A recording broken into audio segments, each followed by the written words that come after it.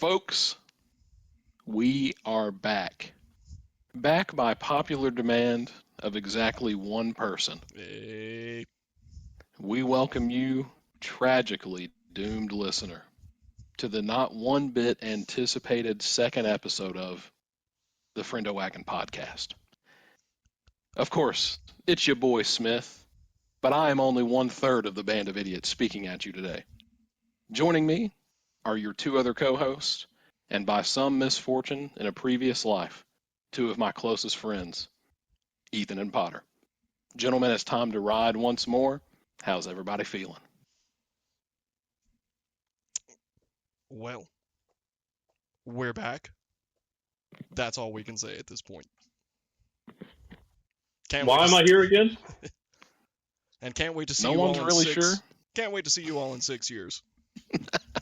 6 years in the making. Just truly unbelievable, impeccable stuff from your favorite trio of people. If anyone listening to this knows us in real life, this comes as no surprise.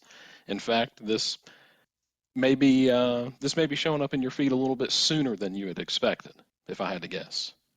Personally, I think we could have gone for 7 years, but whatever. Hey, never put off till tomorrow what you can put off until the day after tomorrow. They were really chickened out on this one. Hey, let's start this off right and not bring up terrible movies. Ugh. Ugh. Why does it always come back to this? It's we don't even have to bring it back to this. We can just continue on with the very loosely planned agenda. Everybody, go ahead and bust out your bingo cards. Let's talk about just a handful of things that maybe we talked about in the previous episode, or just things, generally speaking, that happened over the course of 6 years before the second episode of the Friendo Wagon podcast came out. Ethan now has a house that he's living in. Congratulations on that. He also got married. He's got himself a couple of kids. Unbelievable. All before the second episode of the podcast. I also am living in a house, bought one, in fact. Also got married. Also had a kid. Just not sure if fortunate or tragic. And again, in the same vein, our dear friend Potter got a new gaming chair. All before the second episode of the podcast. It's unbelievable. Life really comes at you fast. It really does. That gaming chair has got me through like two really nasty breakups, like two failed relationships. So that chair means a lot to me. It comes across as a bit of a roast on my end, but I think truthfully Potter is maybe the happiest of the three of us. So I can assure you he's not the unhappiest.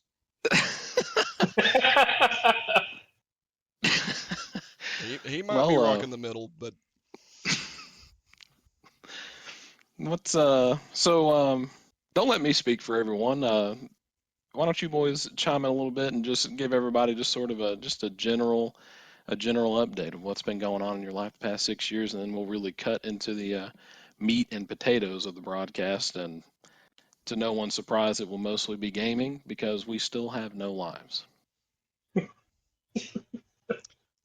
Well, Potter, do you want the speaking stick, or should I go? No. By all means. Yeah, okay. Well, just steamrolling right from where Smith left off on me. I am in a house now. I'm waiting on the owner to discover it. But we are here, locked down, 7 days a week. In that same time frame, blew out my back pretty good at working at a Domino's. Didn't get that covered by their workman's comp. Didn't find out I could sue them until later, so that's good. And, just in unbearable pain every second of my life, but... Yeah, I was going to say that there's no justice in this world, but with you being in pain, all is right in the world. I guess it's just the center of balance. Then from there, we survived a pandemic, I guess. Oh, God. That did happen. Yeah. We literally have been through a lockdown since the last podcast, boys. There was a just total global meltdown since episode 1. I didn't even realize But that. I mean, let's be real here, though. We're millennials. The world's allegedly been close to ending like 5 times already. This was like our 5th or 6th apocalypse event. That's That was true. over as soon as we were born. Basically, we were the omens. I just want to point out, it was just like the other day that was the anniversary of the Harambe shooting, It was. and everyone thinks that that's the point where we went into the alternate timeline. I think it was the fact that we didn't continue recording that set everything askew. Still the luckiest ape to ever have existed. I wish I was Harambe.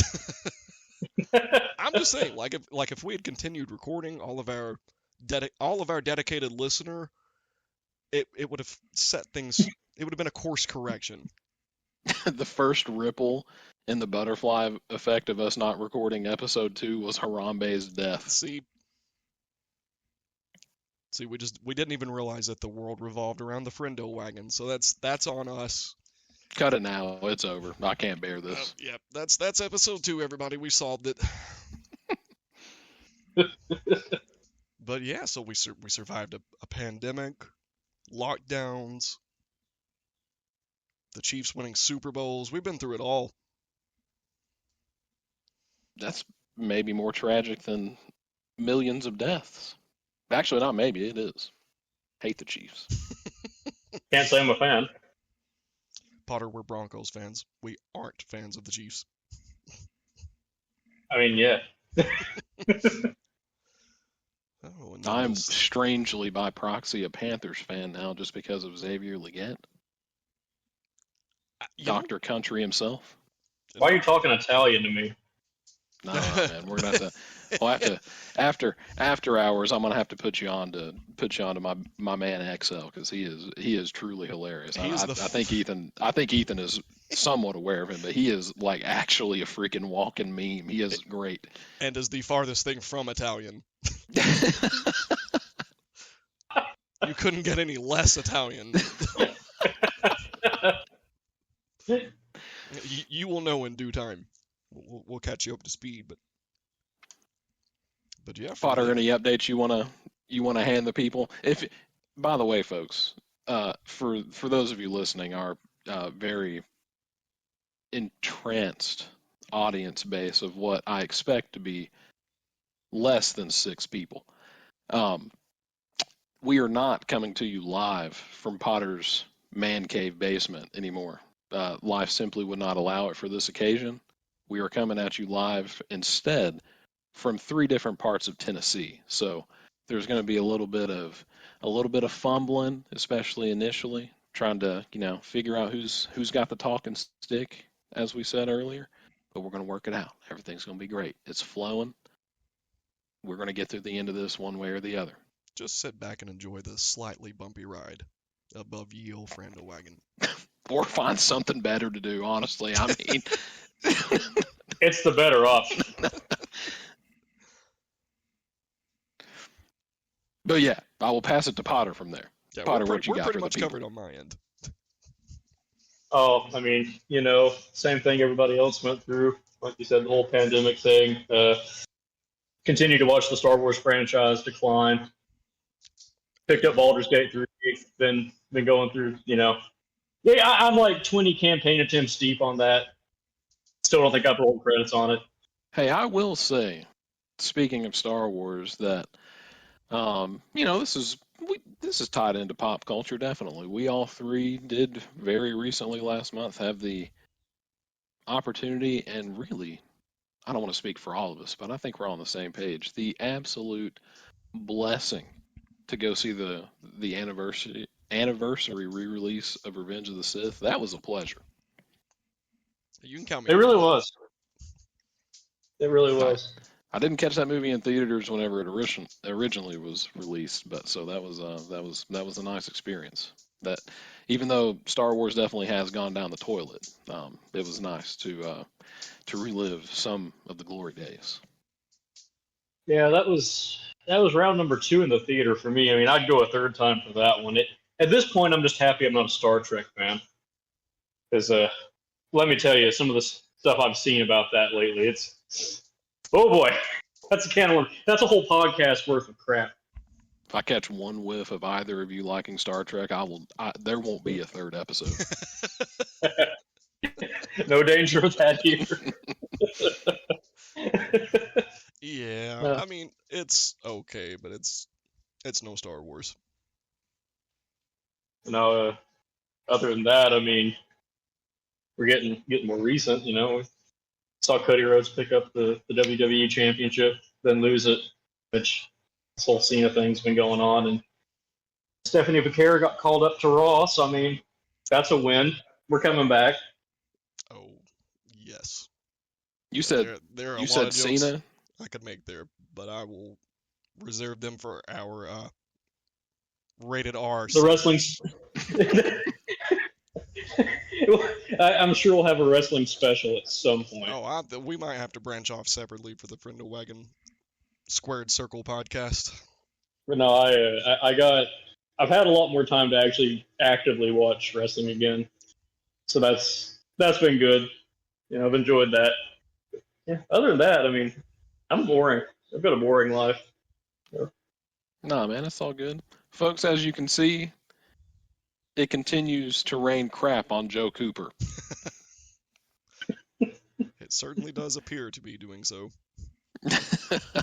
But we're all just big chilling. We're happy to be releasing a little bit more content for you guys, hoping to try to make this a little bit more of a regular thing. I know we talked about that 6 years ago, and you know what? If we're on a 6-year release schedule, it is what it is. You're just going to have to deal with it. So what? You only get to listen to like maybe 5 episodes of the Friendo Wagon before you die. It's better that way. Stop complaining. But yeah, we'll go ahead and make a transition here and just get into a little bit more of just what we've been aiming to talk about, and it's just, you know, more of the same pop culture and gaming things. I'll just start it from the top. The three of us have been playing a lot of Helldivers 2 here recently.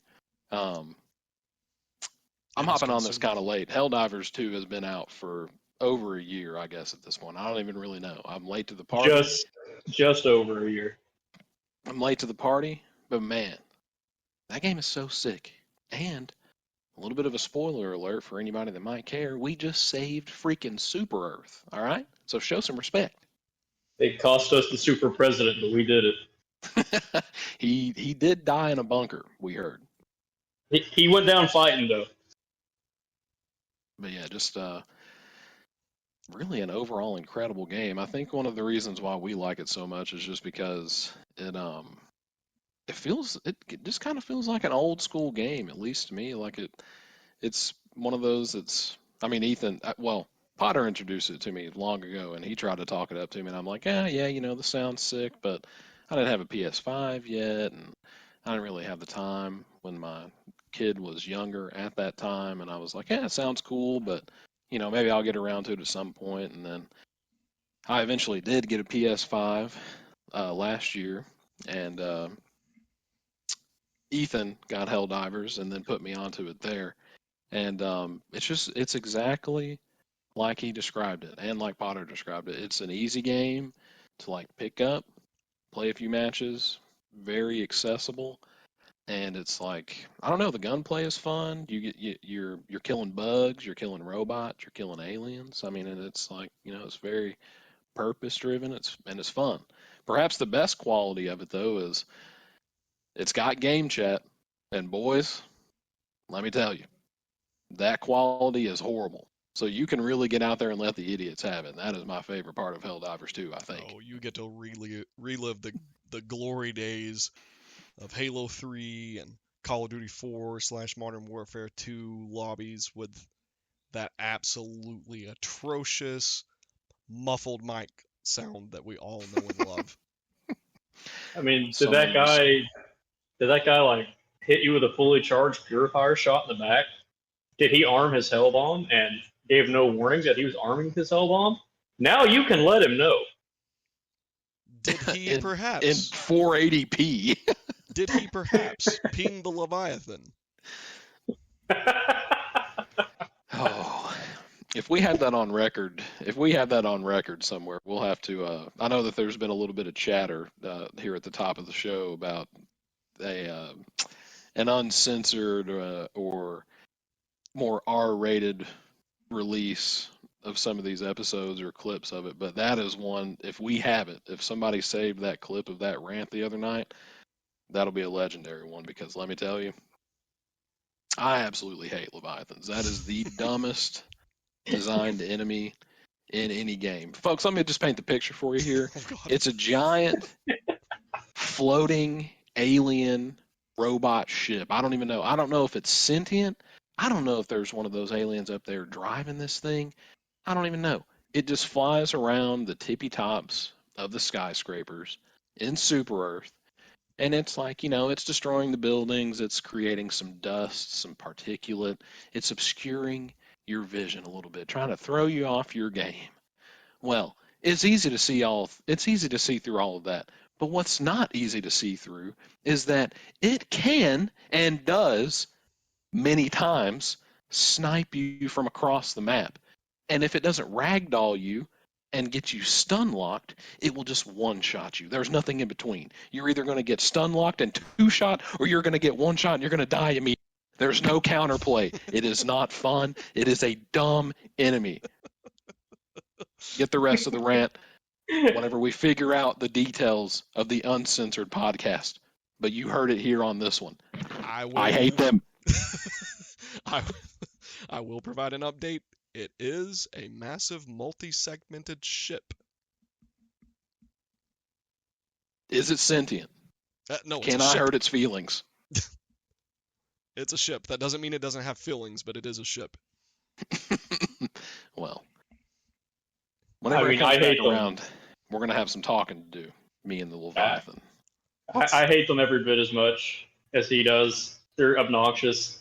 The only effective way to drop them is to hit that back spin off and then just dump everything you have into the back of it. But what's that? You didn't bring heavy armor pin? Well, I guess you're just going to have to get shot by it and die then. Now, Yeah, you either have to bring a dedicated loadout to deal with the things and just hope that you're either rolling with at least one friend that knows what they're doing and can handle all the rest of the things on the map, while you arbitrarily deal with what might be 4 Leviathans in a mission. You have to completely build your loadout around this one thing. Just get pigeonholed from this one enemy, and it sucks. It is not good. I do provide a small update. I was playing might have been last night, might have been the night before last. I've dove a couple of times here recently. And it was on a lower difficulty, but I did watch a teammate both do it and celebrate it in chat that they took it down with one of the exosuits. Like one of the Yeah. Oh, yeah. It's Like the it's actually exosuit, I think, is really good against him. is the Emancipator the autocannon? Because that's the one I see everyone using on it. I gotta It be seems honest with to you, I have be- no idea. They are both just hilarious propaganda named. I believe that the Emancipator is the autocannon one, and from the data that I had, you can kill 2 of them per exosuit. Now that is true. Yeah, that is true. So that's pretty worth it to me, because I don't think I ever saw more than 2 in the sky.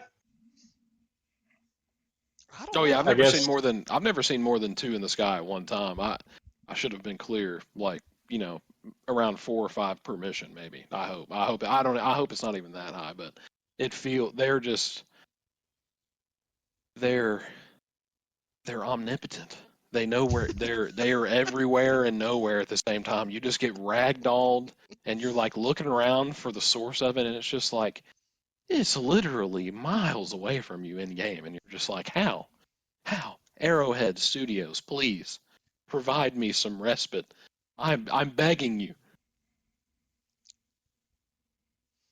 I don't know. But with that being said, still a fantastic game, and made only more fun whenever you can play it with friends. And we had talked about it off the show, but I think that we'll mention it later in the closer, but now would be a good time for you, listener, to go ahead on over to our Twitch channel at twitch.tv/the Friendo Wagon and drop us a follow on there. We're going to try, emphasis on try. It might be a broadcast every 6 years. There's no guarantees here, but we're going to try to start streaming a little bit of our gameplay whenever we're all playing together. 1 or 2 or 3 of us, it doesn't matter. We're just going to try to make that a little bit more active, get you guys a little bit more insight into the crap that we're talking about. That way you don't just have to listen to me complain about a Leviathan. You can see it in real time, hopefully, when the Illuminate return. But yes, twitch.tv/the Friendo Wagon. Your support will be appreciated. Or your death threats. Potentially those are more both. likely, but I would hope that they would leave those out. Of course, I think death threats for us falls under support, but yeah, and just circling back, just to finalize thoughts on Helldivers 2, it's one of the few games these days that brings back that gather around on the couch and play a game together feeling. There's not. It's got good emotes too. Yeah, it has the Top tier emotes. The best ever. They're wonderful. And it's just nice to have that. We're sitting down and yeah, it's a struggle, especially on the higher difficulties, but it's just a sense of camaraderie. You're just going in there and smacking some enemies around. And they might smack you around for a moment or two if you get caught in a death loop, but we're here for it. What is life if not a death loop? A waste. Which I think, funnily enough, is also the name of a game, but I don't think that's one we were going to talk about tonight. Yeah, I have thoughts about Deathloop, and they're not positive, so yeah. I don't know anything about that game other than it exists. It was just that was just a funny juxtaposition of commentary there. I'll leave it at the best thing about that game is the theme song is really good. I have a thought about Deathloop. What is it? Something I wish I was caught in for 100, Alex.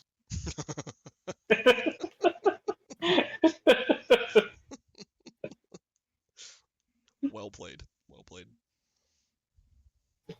What other? Are there any other things game related that we need to touch base on before we cut into the one that I know that we are all three frothing for later this month in June in the year of 2025? Yeah, but right before that, I'm just going to shamelessly say again that if you haven't played Baldur's Gate 3 and you have a way to play it, just buy it. Just do it. They added like 12 more subclasses. And when I say that, they did technically add 12, but you're just going to play Hexblade on everything. You're going to make a character. You're going to be like, oh, yeah, I'm really liking this. Gee, I sure do like this paladin. Hey, I want a multi-class. What's good for multi-classing? Hexblade. Hexblade's good on everything. You're just making a Hexblade. I don't care if it's called Paladin, if it's called Sorcerer, if it's called Wizard. You're making a Hexblade Warlock at some point, and it's going to be part of that class, and it's how you're going to play the game because it's too strong. Yeah, Baldur's Gate 3, for anybody out there listening that might not be familiar, it's literally just a D&D Dungeons and Dragons game. Like, if you are out there and you care anything about role-playing, this is likely the game for you. If you're somehow like me, I was really late to the party on this one. Didn't get around to playing it. Didn't get around to playing it, but it is an excellent visual representation of the things that you do whenever you play D&D, and it's just the depth and the vastness of that game, all the way from literally choosing the size of your character's genitals, all the way to just like the decisions that you get to make, and what is, I think, a couple 100-hour story or something insane. It's a wild game. It's a wild ride. And I'm only like 30 hours in. And we go ahead, Butter. We're like with that campaign too. I think that where we are, we were a little over halfway through Act 2. at your 30-hour mark, and we have not done a lot of stuff. Yeah, So it's like yeah, it can honestly be a little bit overwhelming how much there is to do in that game. But the replay value just seems to be so high. There's so many different ways to play the game. Like there's so many different ways to just play a single class. So I mean, it's pretty incredible. and I would highly suggest whoever does go pick it up and plays it, just your first character should absolutely be the Dark Urge. Just do it. Don't think about it. Just do it. And we're not talking about the kind of dark urge that you have whenever you go into the bathroom at work. We're talking about Baldur's Gate 3. To be specific. And besides, what game is complete without customizable genitalia? Somehow the one thing that Helldivers is lacking. I'm mad about that. Oh, it's going to be on the next major orders. Like the one of the last major orders was like going to a bot planet during the Super Earth invasion and like killing literally like 200 million of the bots to get enough scrap metal to rebuild the Democracy space station. And I say all that to say it's going to Baldur's Gate and killing a bunch of NPCs and harvesting their flesh for something more weird and sinister. Oh boy, it was definitely that. No, as far as games, I mean, this and the one that we all want to talk about is in the list. But I mean, it's just such a stacked year already. You know what is so It's hilarious? kind of insane. In episode 1, we were talking about Doom Eternal on the horizon. It didn't even have a release date yet, and now Doom Eternal is not only out, the successor to Doom Eternal, Doom the Dark Ages, is out. That's how long it's been. It's been that long. So yeah, like that came out. I mean, just this month. See, there's the new Stellar Blade stuff, which a lot of people are looking forward to, myself included. There's Ready or Not sometime in the summer. That's probably going to be pretty big on the consoles specifically. Then I want to say there's like some more Tales games like on the Switch. That's big for a lot of people that are into those. Kingdom Come Deliverance 2 came out in February. That blew the doors off some stuff. We got a new Monster Hunter. Yeah, we did. And for all my cozy friends out there, I think at the tail end of July, we've got Tales of the Shire coming out for anybody that is enamored by, just like I said, a cozy game, something akin to like Stardew Valley or Animal Crossing. It is like basically that, but you are a hobbit. You get to make your own hobbit, live your own little hobbit life in Tales of the Shire. I, for one, I will cry. I'm the opposite end of that. That's going to be it will probably be fun to play that with friends. Then like the opposite end of that is just if you like Souls likes, first Berserker came out, and boy, that'll put you through some like intense suffering. Let me put it to you this way. Tales of the Shire, if I'm not careful, if I make one misstep, it's going to be my Sword Art Online arc. You guys will never hear from me again. I will be lost in the system. Yeah, no, I mean just this last month or two, you know, there's Doom that came out, the Oblivion remaster came out, the Stellar Blade stuff's coming out, Black Desert, big MMO, they're finally getting a PS5 version. Everyone's going to be happy, then they'll forget the console version exists again because it's what they do, and I'm going to suffer for it. The Days Gone remastered happened. Maybe we get a sequel now, hopefully. I heard rumors. And then, you know, like we're all wanting to get to, you know, the Death Stranding 2 is coming out the 26th. Oh, it sure is. I know for certain that it is the 26th because I have already taken off work.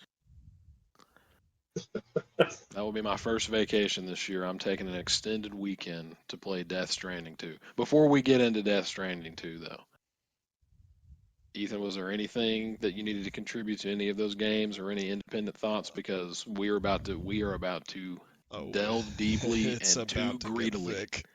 I'd rather spend the rest of the runtime of the episode talking about Death Stranding. Oh man, alive!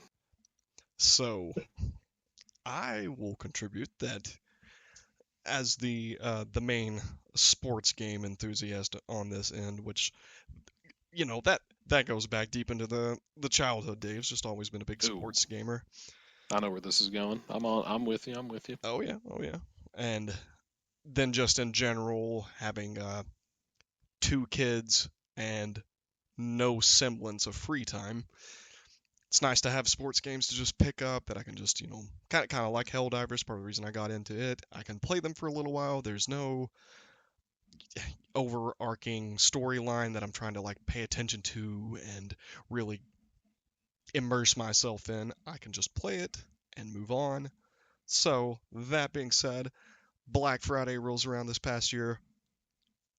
Finally got to buy College Football 25 and have already put in just shamelessly a little over 200 hours into it. Well done. Well played. Isn't there a run play that you've ran an exorbitant amount of times? There is one particular run play, halfback base, it's out of a shotgun formation. I have ran it. I know the last time I paid attention, I was quickly approaching having ran that play 5,000 times. That stat alone makes me want to get into shotgun formation, 12 gauge set hut. Oh man, we may have to get onto a fantasy football discussion at some point, just so I can tell you about the funniest fantasy football team name I've ever seen, which came to me about 6 months ago. May not even been that long. I think it was around the Super Bowl. We definitely should do something like that whenever football season starts up. It's just have a fantasy football segment. That would be fun. Hey, we could do that. We'll jot it down. But College Football 26, I think, is coming out in July. so right? yes, so that got announced yesterday, and I had heard the rumor mill turning that they had finally gotten the rights for Enter Sandman for the Virginia Tech folks, because that's what their team comes out to. So the entire trailer was actually based around that music, so that was cool to see.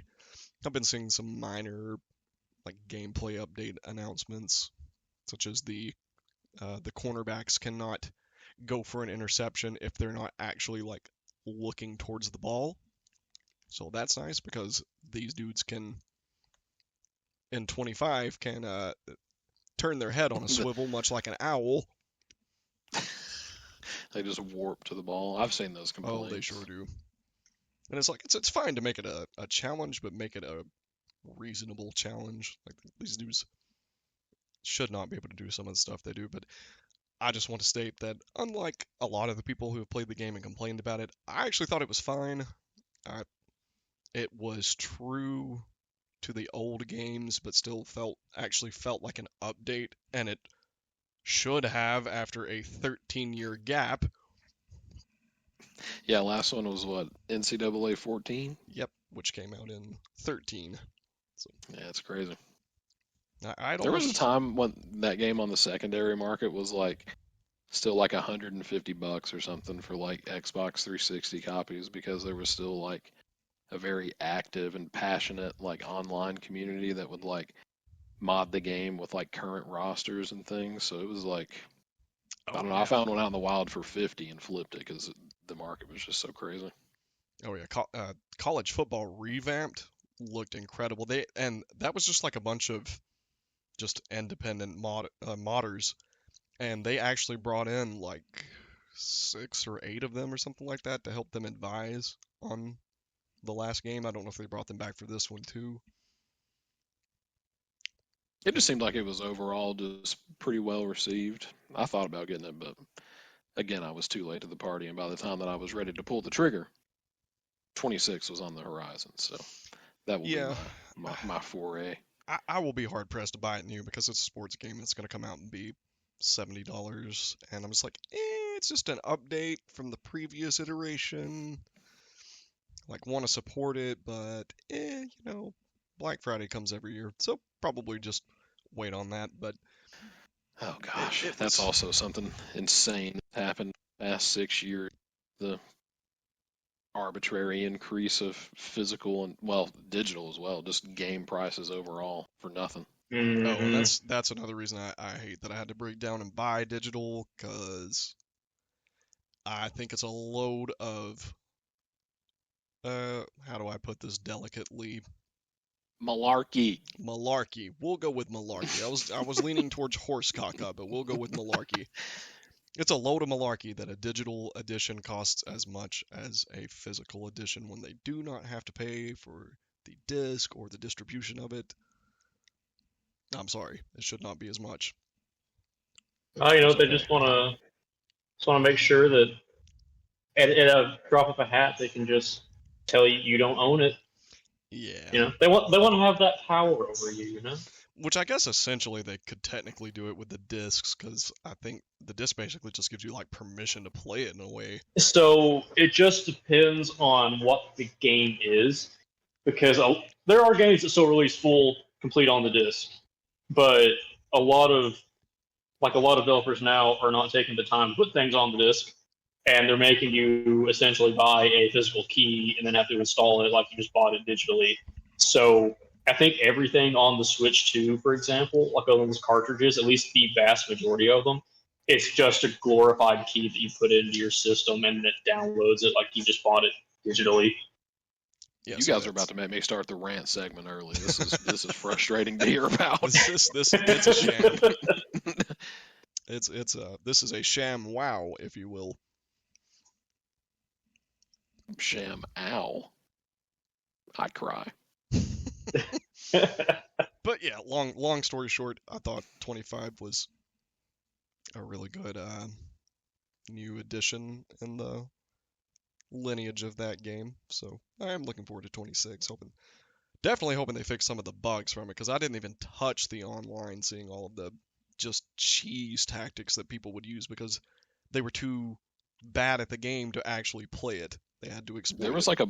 There was a broken blitz formation on defense that no matter what play the offense picked, you would get a sack or they could not complete the play every single time. It was kind of miserable to watch at times. I watched quite a bit of it during football season. Well, yeah, and it was stuff like that, and then like the onside kick glitch where you could just put the ball at the cursor at like the same spot on the ball and kick it at like this rough. You didn't even have to be like perfectly precise, where they just had to kick it at like the right power, and it would just bounce between the receiving team, and one of the kicking team guys would just swoop in and grab it, and you could just do it over and over.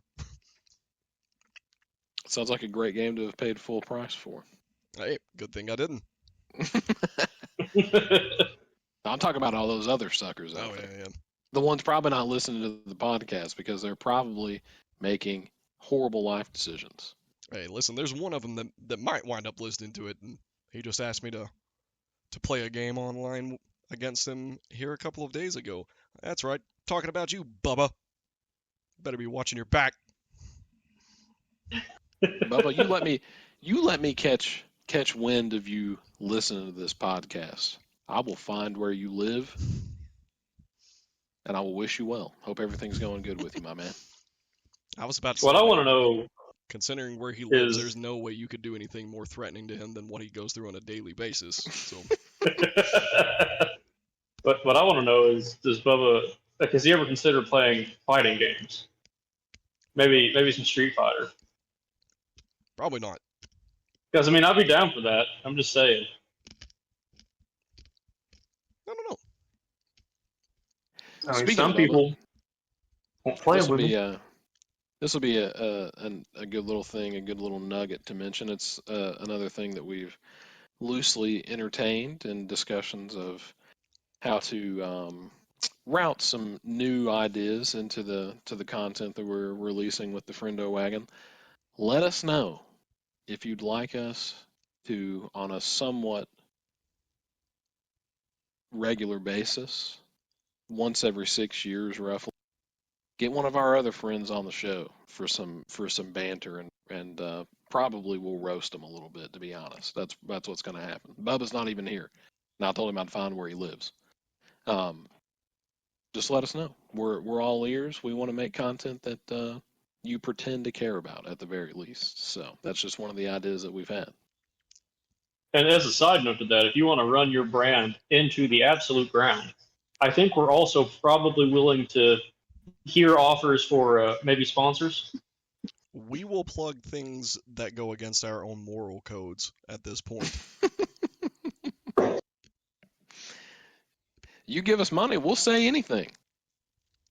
Even if we've got to put it on the R-rated show. Still in the works. And immediately we get an email from a certain mobile game that everybody knows about. I'm not going to say its name. You can't pin anything on me. They don't deserve it. It is going to be so relentlessly hilarious if I upload this to YouTube and at that moment an ad for it pops up. It'll probably happen. I'll cry on camera. Well, I guess this will be the perfect time to actually just get into the thing that we mentioned briefly. We've been alluding to it for the past handful of minutes. We're going to get right into talking about the anticipation, deep sexual desire for Death Stranding 2 coming up on June 26th. Oh, my hands are already raised in praise. It's I think when did the first one come out? Was it 2019? Yes. When this came out? Yeah, it was 2019. It came out, I think we were talking about it came out after we had recorded and released episode November. 1 of the podcast. I think So it might have came out Yeah. my birthday that year. this is all going to be just. Go ahead. I think it came out. I was gonna say it came out on November 8th specifically. Yes, I knew it was around. Yeah. I knew it was around that, but I can't. Yeah, so yeah, that's another one that I was just painfully late to the party on. You'll notice, listener, that this is a theme: is that if a game comes out, rarely do I play it on release because I'm an idiot. That it just cannot be overstated. But that game, let me just say at the top of this discussion, it changed my life for the better. It supplanted legendary, iconic games in the lore of Smith. Games that I praised and hailed as just, they could not be dethroned. We're talking about games like Halo 3, Call of Duty 4, Modern Warfare. Any one of the first 3 Gears of War games. Just absolutely legendary to who I am as a person. In about a month's time that it took me of segmented playing of the first Death Stranding last year, by the end of it, easily and by an immeasurable margin, my favorite game of all time. I mean, there's literally no other game like it. The gameplay is unique, for better or for worse. You know, there's a lot of critics still out there about the gameplay loop, and especially whenever it got released. I would urge you to, take our advice, because we talk about a lot of dumb stuff, and we say a lot of things that are frankly unsound. But anything that we will say about Death Stranding, Hideo Kojima, Norman Reedus, and our undying love for any of these 3 things, you have got to follow it. And I mean to a T. You will not regret it. It is just the gameplay really fun at its core, and the story second to none. I mean, the universe. I've mentioned that this will be the 3rd time in the podcast crying. I actually cried, and I was streaming it actually, and I was in tears playing this game. People, it is unbelievable. It is unbelievable, and I mean that's just one man's opinion. I don't even know.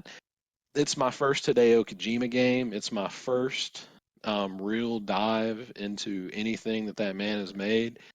He is a saint in my eyes. He can do no wrong. I'm not even well versed in anything that he's done in the past, obviously, but just this one thing is incredible, and I'm happy to let the other two gentlemen sort of take it away and just give you a little glimpse of about what the first game might be, what their own feelings are, and then we'll talk about just briefly how excited we are for the second installment, and hope that you will engage in a little bit of discussion surrounding it too, if you plan to play it. So I mean, me and Ethan both have been big Kojima fans for years and years, Oh, and before it only took us, like 16, 17 years to finally get Smith fully Kojumboed, but it finally happened. He's seen the light. first-hand Fully. witnesses. Kojima pill. It is over. Yeah,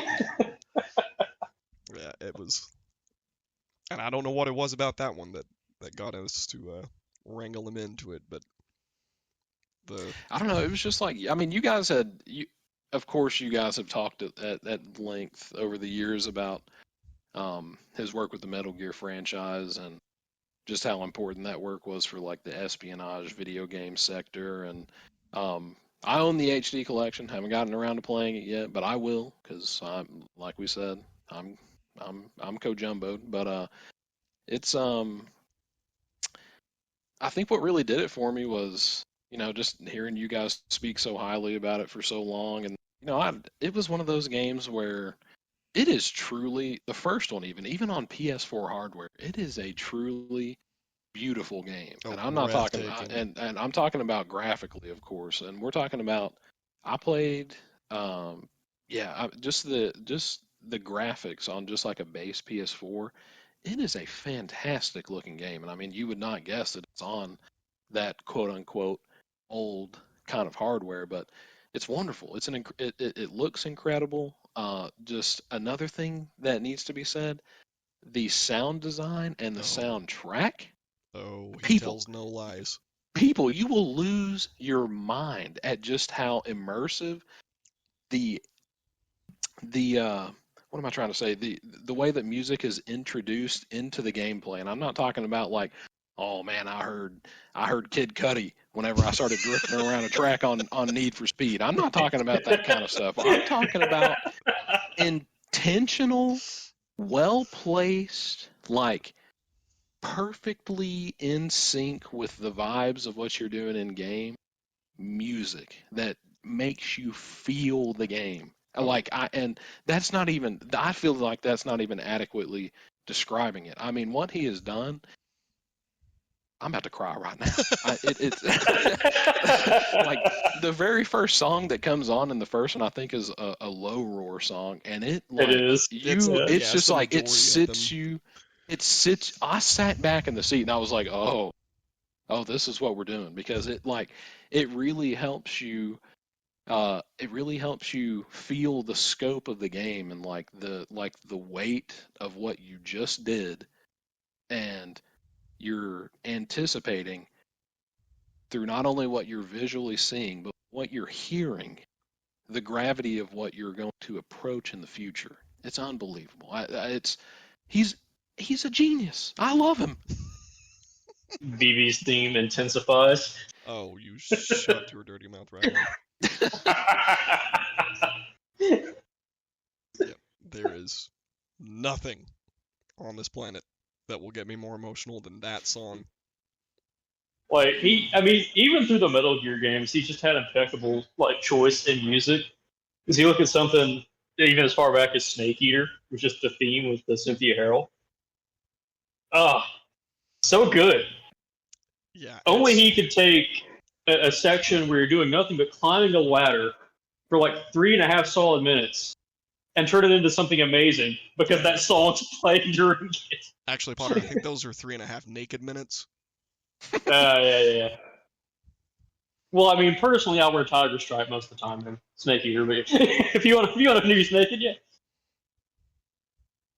I was making a naked solid joke, but I know, but I was trying okay, to I was making throw it back to the camo. Okay, Yeah. Okay.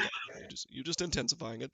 Yeah, it's the music, the direction and design, and just all of his games, even if it doesn't use like any kind of artists like that, if it's just all original compositions, it's always on point. It's thoughtful He finds and people that you haven't thought-provoking. heard of. He Oh tries to yeah, find people. Yeah, it's just like it's some of the most obscure stuff that you've ever heard in a lot of cases, but it makes sense. well Like, yeah, I don't even know like if it's that he's specifically trying to find people you've never heard of. I think it's just people that he likes to it yeah, listen it's is. just to. he just like spears it out in the wild. He was like, "Man, that's cool. I'm about to make you famous." Yeah, Like, he straight up said in an interview that it was like with Low Roar specifically, that was just somebody that he had on his iPod or whatever he listens to his music on, and he just wanted to use them in the game and was like, yeah, I think this would fit. And it it's may just not that be it's true. Go ahead and finish. oh, I was just gonna say it's just like it's the timing that the music comes into. It's perfectly placed. Oh, it's completely intentional, and I mean it does nothing. It does nothing but enhance the gameplay. I looking back and reflecting on the first game, it would not be the experience that it is without the assistance of the music. I mean, it literally it's core to the gameplay. I mean, it would feel empty and absent without it. So Yeah, Because like and he takes that, and it's like the same thing that they do with the new Dooms, where like you get into an arena and the music ramps up and up and up and up, and you're in this fight and you're really feeling it. And it's just all gas, no brakes, full throttle the whole time. But it's the exact opposite, where it's like a slow down. yeah, Think about what's going on. You're doing this walk. You got time to reflect. it's all tears and you can't breathe. I'm speaking from experience. just for the record, don't let me let him drown in a boat of his own tears. This is a shared boat because I have never been in such shambles in my life. Like, the birth of my daughter did not bring me to tears like the end of this game did. I'm there with them too. Yeah. And for the record, named my daughter after that game. That's Yeah, the it's impact that it had on me. so crazy that we have a Death Stranding Hensley as part of our band of jolly idiots. Hey, yeah, Good old Death Stranding. yeah, Death Stranding Hensley. That's a beautiful name. she's adorable, man. Love it for We- you. yeah, we have all these general thoughts, feelings, and insights in Death Stranding. I don't want to, and I absolutely refuse to spoil any part of the story for the listener, for the potential audience. It's an older game, like we said earlier. One that if you in any way interested in things like Norman Reedus from The Walking Dead, not a sponsor. That show kind of sucks now. Kind of. Norman Reedus, if you think sort of scary horror elements as it pertains to children are cool, this is certainly the game for you. And if you're like me, I'm not as quick on my feet or agile with fast-paced sort of like gun games, like first-person shooters or anything like that anymore. But the combat in Death Stranding, it's perfect for the aging 30-year-old person that we are. It's the perfect kind of game to just get fully immersed into. It's really more about the story than anything else. Yeah, and if you don't stick with it after, like, you have to stick through the first like 6 to 8 hours of the game. Which is a big sounds like ask. a lot. It sounds Yeah. like a lot, and it kind of is, but the payoff is you can't imagine. Yeah, The story, the way that the story, the ways that the story climax, I'm speechless. it's the classic Kojima storyline where you don't have a clue what's going on for the first 98% of the game, and then it all ties up nicely You may at not. the end. You may still not by the end. But Oh that's, yeah, you may still be confused, but you will I be will in say- shambles. it's I'm definitely I've watched it already. Certainly be going back to watch it on YouTube before the second one releases. I forget the channel, but there's a guy that has it's White literally Light. there's no that may be it. Yes, there's no It's just White gameplay. Light. Yeah. I don't think there's any gameplay. It's literally just him doing commentary about the story over the cutscenes, and it is literally it's an 8 hour video. It's 8 hours of cutscenes. And Shameless plug for White Light's channel. The man does phenomenal retrospectives. oh, I listen. I took a trip to and back from Knoxville one day, and I consumed that video while I was driving. And let me tell you, just like we've been talking about, just to keep it consistent, on the back half of that drive coming back home from Knoxville, I was in tears in the last couple hours of watching that retrospective because it was just I was reading it and hurt in a good way all over again. It's wonderful, and we're definitely going to get way more of that in the second one, I think, just from what we've seen in trailers, there's already some kind of crazy, potentially like tragic stuff that's happening, and some unbelievable people that are returning from the first game that, buddy, you might not have expected them to be there. And Ninja, don't forget the Ninja Robot Baby. The Ninja Robot Baby, yes. That is in fact canon, and perhaps Three even necessary words. to the story. 3 words that I never thought I'd say in the same sentence, but it's a thing. Well, and I don't know if you gentlemen saw the news about it this morning, but happy birthday in advance, Smith, because the Death Stranding 2 premiere set for June the 8th. I did see that. I haven't decided on if I'm actually watch that or not because I kind of just want to go in. The trailers they've been awesome. They've satiated me just enough. They've gotten me to the brink. I certainly want more, but I kind of want to go in for maybe as blind as I can. Like I'm excited to actually fully entrench myself date whenever it comes out, and just I mean, be there for that experience and I'll just start it from the first second, like just completely fresh. I'll take that hit for you. I'll volunteer to distribute. I'll watch it and I'll report back if there's any spoilery in it. All right, I respect that. I welcome that. And I'm also very looking forward to it. We all are, and I think what we may do, if you gentlemen are good with it, is probably like the week before it comes out, we maybe do a spoiler cast, just full send it, so that we're not spoiling for people that have not played it, that want to play it. And we'll just have a whole dedicated, hey, we're talking about this. I'd be down. I'd be down for that. Yeah, I mean, it's a good refresher Just for 2 anyway. Yeah. This may just turn into an exclusively Death Stranding coverage channel. We're about to just take the most unexpected turn. Oh yes. What would be funny? It would be perfect because it's been on the same release schedule as the podcast. Hey, It's actually kind of fitting. it is. That's the true impact that it's had on our lives. It's synchronized at this point. We release a podcast. Hideo Kojima releases a Death Stranding. Are we really BTs? Oh God, Is that what's happening? I don't need another existential crisis, please. We are stranded on Kojima's beach. Please no. Please no. Folks, we are just we are enamored by the Death Stranding universe. We are happy to share our thoughts and our admiration with you. Yeah, just in case we didn't clarify that enough.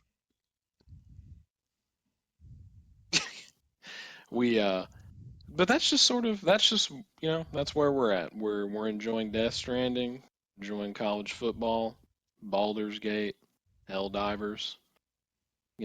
Things haven't changed much. We're still, we've gained a little bit more debt, gained some kids, which gained added a to little the bit debt. of, which added to the deficit. But we're all still big chilling. We're still enjoying games. We're still together. It's a good time. But And with that's that's all that's stuff we all enjoy. But I think we should talk about maybe something that Smith hates, because I think you had something to talk about, if I'm not mistaken. we already talked about the Leviathan. Man, I do hate him. I was thinking you had a lot more ammo on that, just from. You know what? He's right. Let's go ahead. We'll change gears. Go ahead quickly. We're going to enter into the realm of Smith's Untitled Rage or Rant segment. We got a little bit of feedback about the last one. I'm not, thank the good Lord above, going to be talking about that godforsaken blazer again.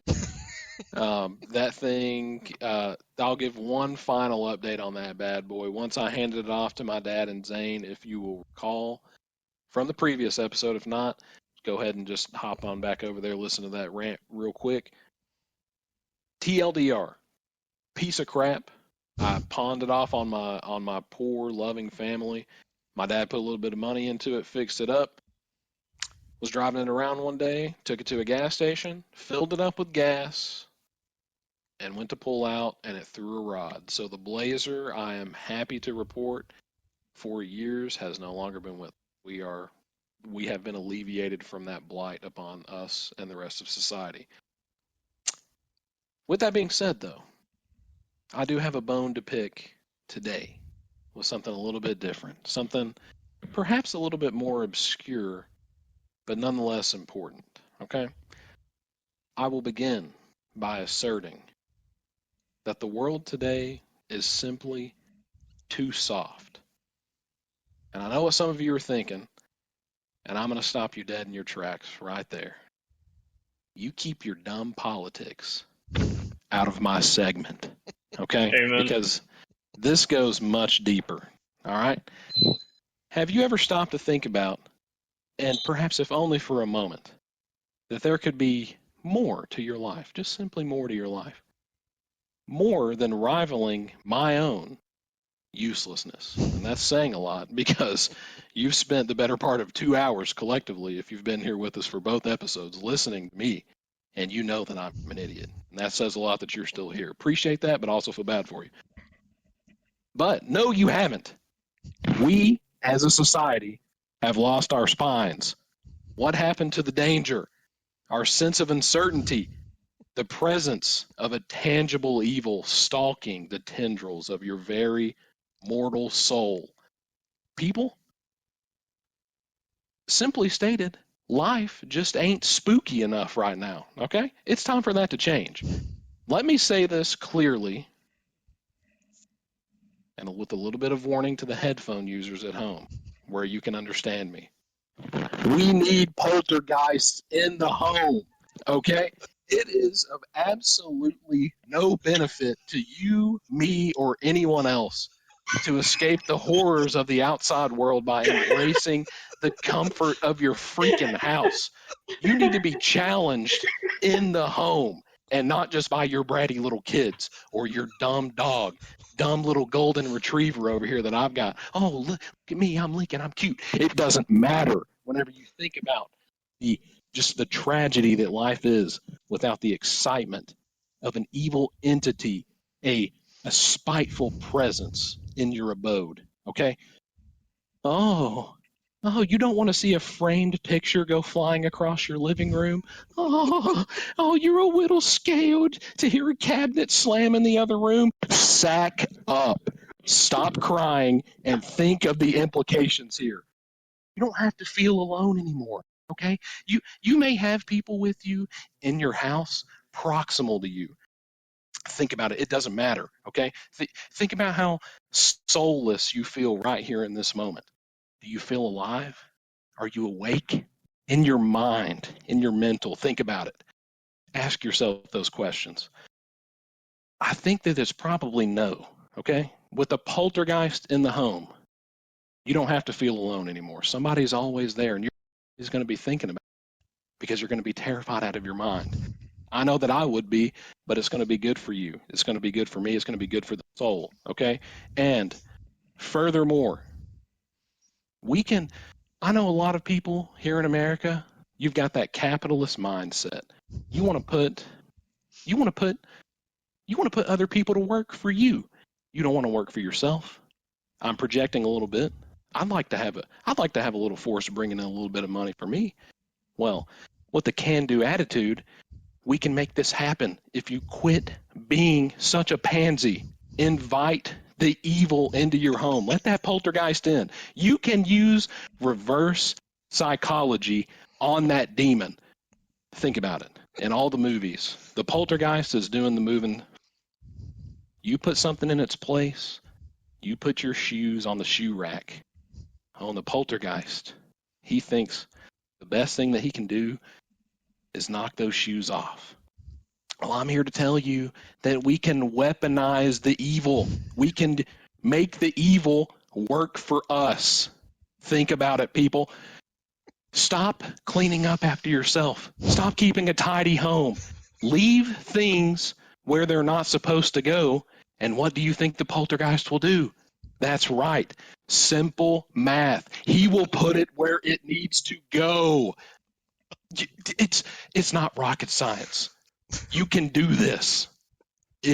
This will change your life. It will revolutionize the way that we live and advance as a society. We need to go back to the old days whenever people would go to church and they would think that the devil himself would reach out through that television set, grab you by your nasty, stained shirt collar, and drag you down to hell. That's where we need to be. We need to make evil work for us. And that's all I have to say about that. That's my thoughts on that for today. Well, Thanks for coming to the rant. Appreciate that. Was another. And that's a lot to take in, and I'm glad you brought up poltergeists, actually, because I just recently found out that my home is also haunted by a poltergeist. You're a step ahead of all of us. No, hear me out. It's haunted by What a have you chicken. done to improve your life? Yeah, so it's a chicken. It's a poltergeist. It's a foul spirit, and I think I'm going to have to get an exorcist to help me get it to cross over the other side.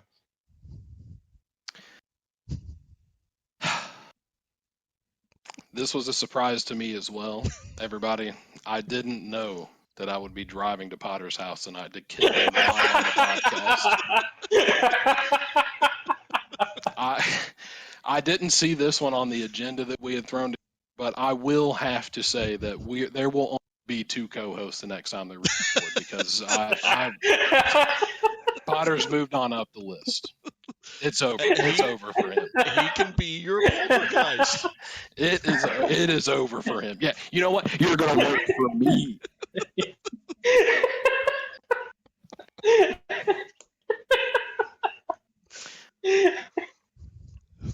Boys, it's been an absolute pleasure. I must say, it feels good. Feels good to be back behind some mic. Even though we're not in Potter's basement, this has been enjoyable. We want to thank you all again for tuning in. If you have, sticking with us through thick and thin, through 6 years of uncertainty. I know you all have been chomping at the bit. Everybody has been so incredibly worried. That we would I think come back. maybe that we were still alive and firm. But thank you again for tuning in to episode 2 of the Friendo Wagon podcast. Again, I'm going to shamelessly plug a couple of socials that I'm aware of. I'm not exactly sure we have at this point, but again, I know that we have our Twitch channel that we are hoping to broadcast some fun gameplay to you all, including the Helldivers that we rambled on about for a little bit earlier in the show. That is twitch.tv/thefriendowagon. You can also follow us on Twitter, not X, because I do not respect Elon Musk as a person. You can follow us on Twitter @thefriendowagon. I'm not sure if we have any socials anywhere else, but if anybody knows them, throw them we in have now. an Instagram, I do believe. If you have Do any we? poo, if you have any poo, fling it now. I was We have an unaware of the Instagram, I'm being told. but I was I unaware of assume- this, but I'll investigate as well. I think we do. assume I think that's what I posted that to it is before. probably also just the Friendo Wagon. This is showing how much catching up we've actually done in these 6 years. Well, yeah, we knew about the Twitch channel and we knew about the Twitter for sure. And well, I'll say we about the Twitter thing. I just checked on that about 20 minutes ago, so I know that it exists. But yeah, follow us on socials.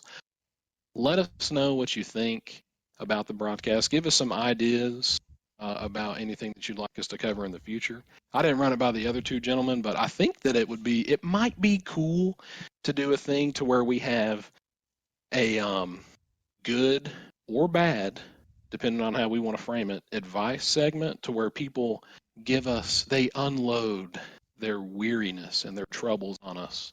And they ask us questions and ask us for advice in life. And we so generously provide and impart dear, sweet knowledge upon them of how to evade their troubles. I think that'd be pretty hilarious. I think we could do that. I think that would be great, especially if you want to ruin your life in like 3 easy steps. We've got you.